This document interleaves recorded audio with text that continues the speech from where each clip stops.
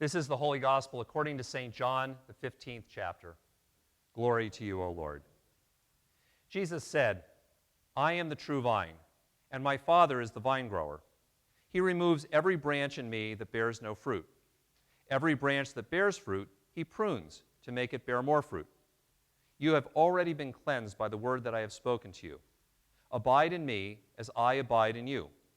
Just as the branch cannot bear fruit by itself unless it abides in the vine, neither can you unless you abide in me. I am the vine, you are the branches. Those who abide in me and I in them bear much fruit, because apart from me you can do nothing. Whoever does not abide in me is thrown away like a branch and withers. Such branches are gathered, thrown into the fire, and burned. If you abide in me, and my words abide in you, ask for whatever you wish, and it will be done for you. My Father is glorified by this, that you bear much fruit and become my disciples. The Gospel of the Lord. So when I was on internship, I served a congregation in the Lehigh Valley of Pennsylvania. They had two parsonages on the property of the church. One of them was the former home of the people who had originally donated the land on which the church was built. And by the time that I got there, the congregation had turned that house into the residence for the intern, or the vicar, as we were called, and so it was known as the vicarage, where the vicar lived. So I think I probably had the nicest housing of any of the classmates in my seminary class. The vicarage was this really cute two-bedroom fieldstone house which had a great view because it overlooked the Lehigh Valley. It had a nice yard and a garage for my car, and in the backyard it also had a couple of grape trellises, which had clearly been planted decades before by the original owners of the house. So I had my own little vineyard that year, and I figured, I should do something with these grapes.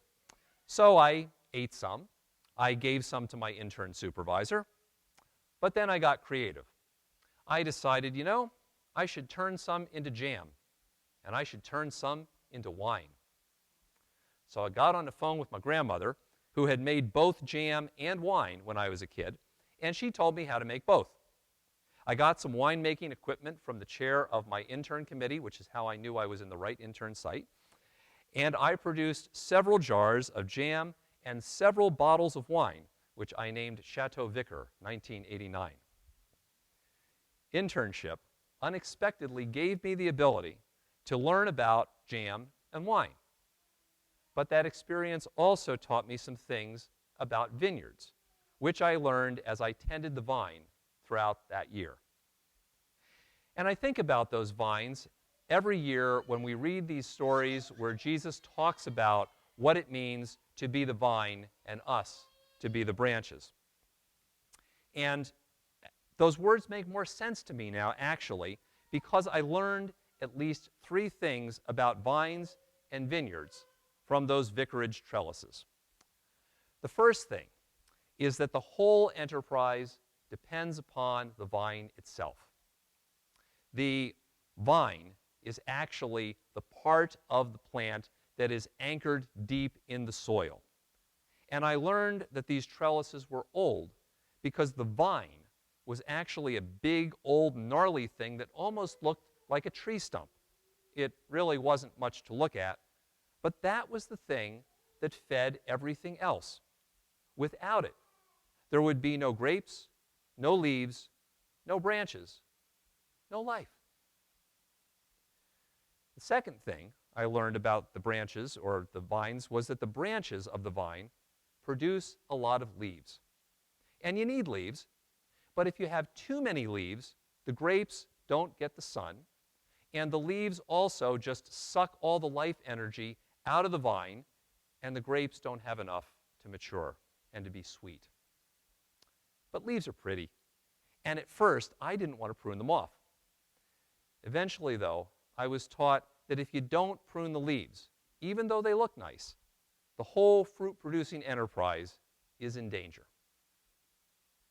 And the third thing that I learned was that the quality of what I produced was due in large part to the fact that the grapes had good quality, the vine had good quality, and it was not my great skill. I actually got a lot of compliments on my jam and even on the wine.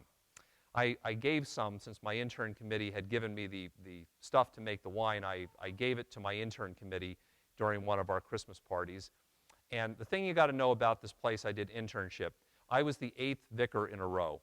And the joke was that they kept having vicars because every year at the end of the vicar's year, they would roast the vicar. Went on for an hour and a half, and they would yank your chain about pretty much everything goofy that you had done and all your funny things that you know were unique about you at the end of the year. So the end of the year rolled around, and they roasted me, and it was great fun. It went on for an hour and a half, and they remembered things that I had completely forgotten about. The next day, after we got done, I was helping out in my last active internship. I was helping my intern supervisor with a funeral. And as we were getting ready for the funeral, I said to him, I said, you know, I think I am the only vicar who has ever made wine with those grapes. And he said, yeah, I think so. And I said, I was sure, because you know, we knew going into internship that we were going to get roasted. Like, this is vicar roast material. You are gonna roast me something fierce for the wine. I said, you guys didn't mention the wine at all in an hour and a half of vicar roast. And he thought about it for a second. He's like, yeah, I guess not. Well, I guess because the wine was okay. So we decided we weren't going to roast you for it. So the wine was good, they thought. But in fact, in the end, I had to admit that the quality of the products was largely based on the quality of the grapes, and it was the result of the quality of this old vine and maybe my simply following the directions of people like my grandmother who knew what they were doing. And because vineyards were much more common things in ancient Israel, I suspect that Jesus' first hearers, they knew all these things as well. And so when Jesus started using the vine as a metaphor, his disciples understood that Jesus was actually talking to them about how they should live and grow as his disciples in the world around them. And for those first disciples, and for us, living as Jesus' disciples, like being connected to the vine, means being rooted in Jesus, not in ourselves and not in the world around us. That is often harder than it sounds. And in some ways, that means simply things that we take for granted, but maybe not right now, are important, like worshiping together. But whether in person or online, worship is primarily supposed to keep us centered in Jesus. It's supposed to center us in praising God and not on our own selves. It's the reason that prayer and reflection are important. Not so much so that we can list out all the things we want God to do, but so that through prayer and reflection we can listen for what God is saying to us. You know, every time one of the lectors gets up here and they read a Bible passage, they conclude it by saying, this is the word of the Lord. Something about this is the word of the Lord. And that doesn't mean simply that, oh yeah, this is something God said to people long ago and far away. That means these are words that God is directing to each one of us right now. And God is seeking to say something to us right now through these words.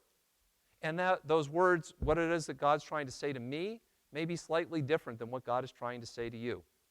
And sometimes when I've read the same Bible passage 5 times in a row, I get 5 different things out of it.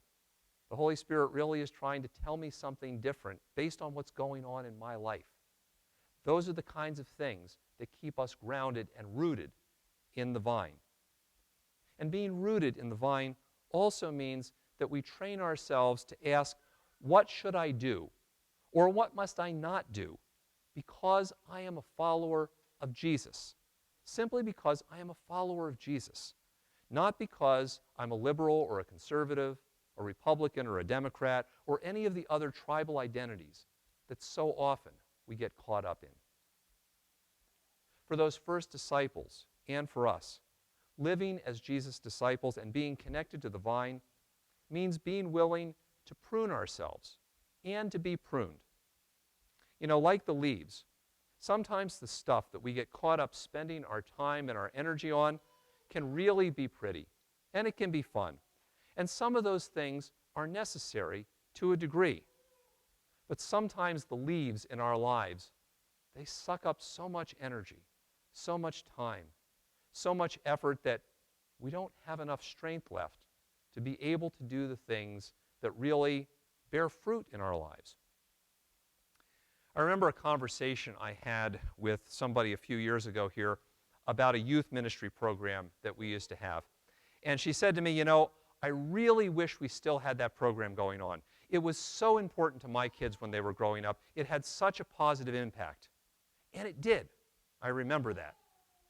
The thing is that in the intervening years, that program had stopped working for the kids who came along later. And that program died out not so much because we decided we don't want that program, but because it simply stopped working for the next generation of kids. I knew that. This person knew that. But sometimes it's hard to prune things. And it's hard to let things be pruned that we used to love, that looked pretty like those leaves, even though we know it's time to prune. And for us, as well as for those first disciples, being part of the vine, staying connected to the vine, means recognizing that while we're called to be people who bear good fruit, ultimately, the quality of what we do depends upon God and not on us. We are supposed to be the branches.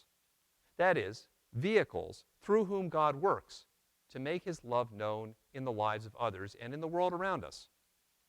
And that does require cooperation on our part if we are going to be part of the fruit-bearing process.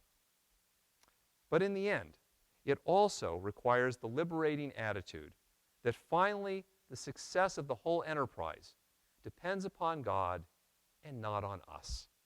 And that is intended to free us so that we're able to stop sitting around going, I wonder if my fruit is good, and simply get on with the work that God calls us to do. So there was one other thing I learned about vines when I was on internship, is that at certain times of the year, especially in the middle of winter, everything appeared dead. There were no leaves, there was no fruit, and that old gnarled vine looked like it would never live again.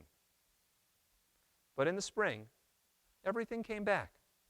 Everything came back because of the life that was in the vine, even when things looked dead. And that's perhaps why we always read these words during the season of Easter. Jesus' resurrection reminds us that new life is possible even when things appear dead. Jesus' resurrection promises us that new life depends upon Jesus and not how good our fruit is. And Jesus' resurrection calls us to live in the new life of the vine, no matter what season it feels we're in.